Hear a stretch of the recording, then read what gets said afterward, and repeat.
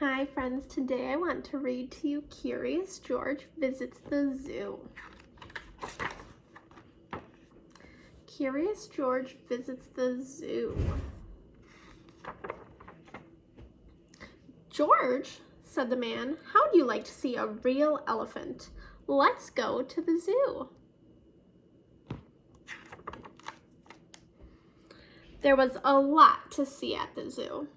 There were giraffes with their necks so long they seemed to reach the sky. There were kangaroos carrying their babies in a special pocket. And finally, there were elephants with their floppy ears and their long trunks munching on hay. It was lunchtime. People were eating on the park benches and picnicking on the grass.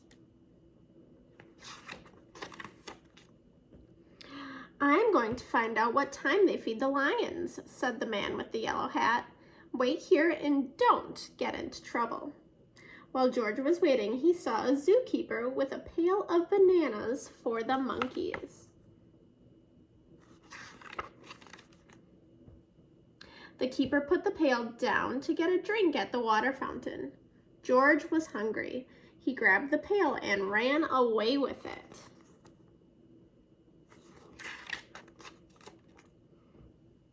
Hey, shouted the keeper, stop that monkey! But George kept on running.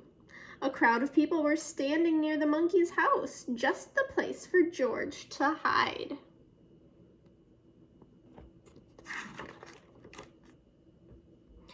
Standing by the cage was a little boy holding a red balloon with a long string.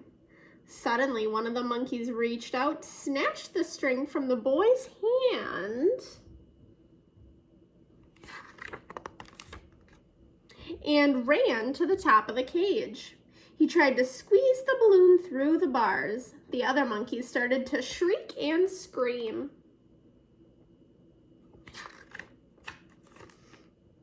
The little boy was crying. Please, couldn't somebody get his balloon back? Asked the mother.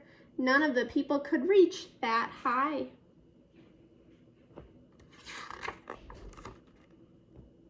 But George knew what to do. With the pail in his hand, he climbed up to the top of the cage. He took a few bananas and fed them to the monkeys.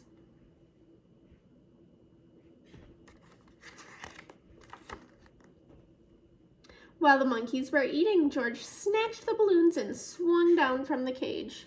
He handed the balloon back to the boy.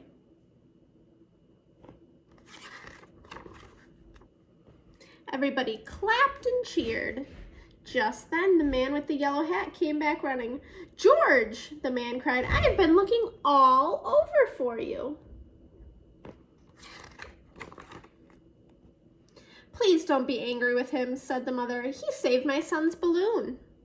George should not have taken the pail, said the keeper, but he did feed the monkeys. And now it's time to feed ourselves, George, said the man.